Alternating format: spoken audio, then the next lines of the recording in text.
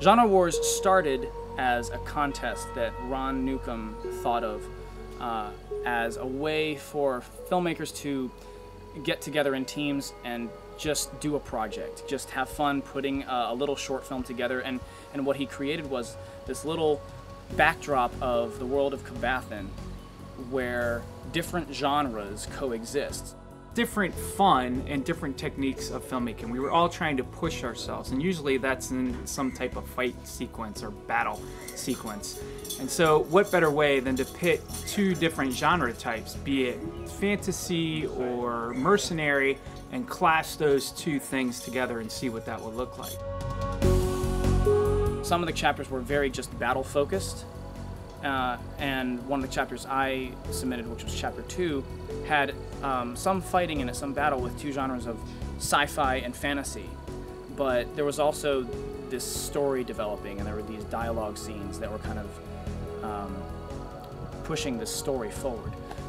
Justin approached me and said, "Hey, listen, I don't really have time to write the script, so would you be willing to kind of take my notes and kind of the brain dump that I've done and the outline and just kind of write an episode from that?" And I said, "Sure." When he sent me those notes, I remember thinking, even that long ago, there was a really strong story there. The contest seemed primarily focused on visuals and, post-production techniques and things of that nature, so it surprised me that here was this thing that had all this story potential. As time went on, then the story started developing a lot more.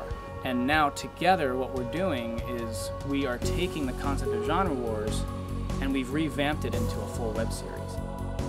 So they've developed a complete big backstory, an in-depth world, intrigue, and have really justified, and you see why these different genres are together. That's what I think is really cool about this series, and that you can have these medieval or Renaissance, these fantasy people that are interacting with these total futuristic sci-fi people, but it all works.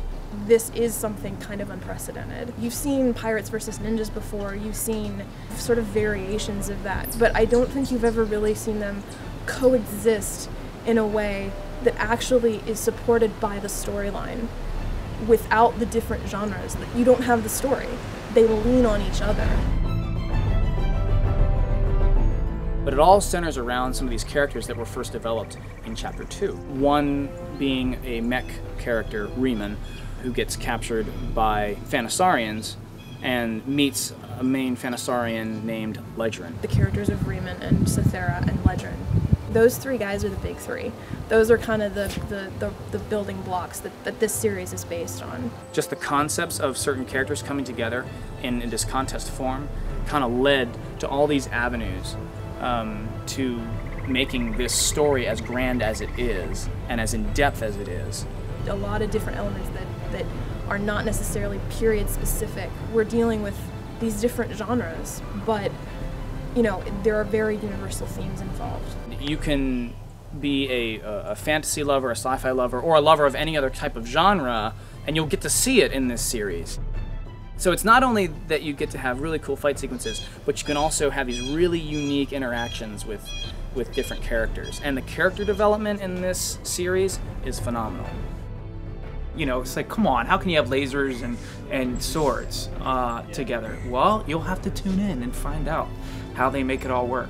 It just keeps evolving and it keeps growing, and it's kind of stayed within the family that way, which is kind of awesome. I'm honored that they took something and made it their own and are going for it. It's really going to be cool.